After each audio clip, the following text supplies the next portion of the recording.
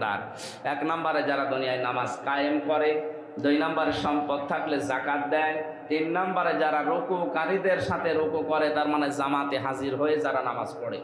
এই 3টা গুণ যাদের ভেতরে আছে এরা ইমানদার। এদের সাথে বন্ধুত্ব করার নির্দেশ কার? আল্লাহ। যত ভালো কাজ করেছি এটা কবুল হয়েছে কিনা জানার একটা পদ্ধতি আছে। কয়টা? এই কথা বুঝতেছে?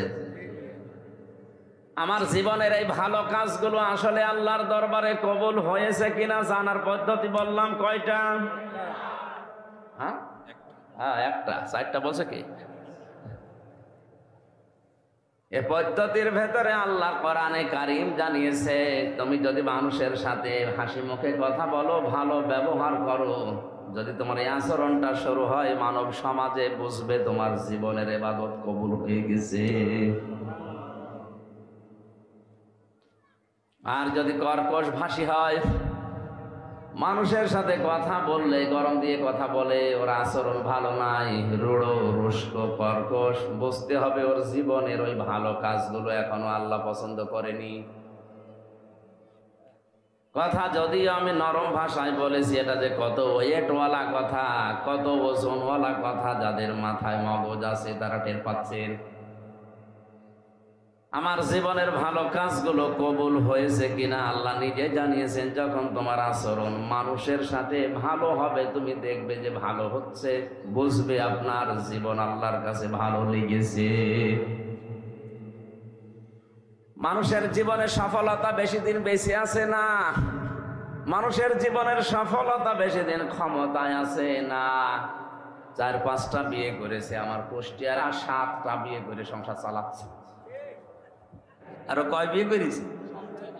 এটা জায়েজ না হারাম? একসাথে সর্বোচ্চ 4টা রাখা জায়েজ। আরো 7টা নিয়ে করছে। ও বলছে আমার মায়ের মান্যত ছিল, আমি 7টা বিয়ে করবো, আমি করিস।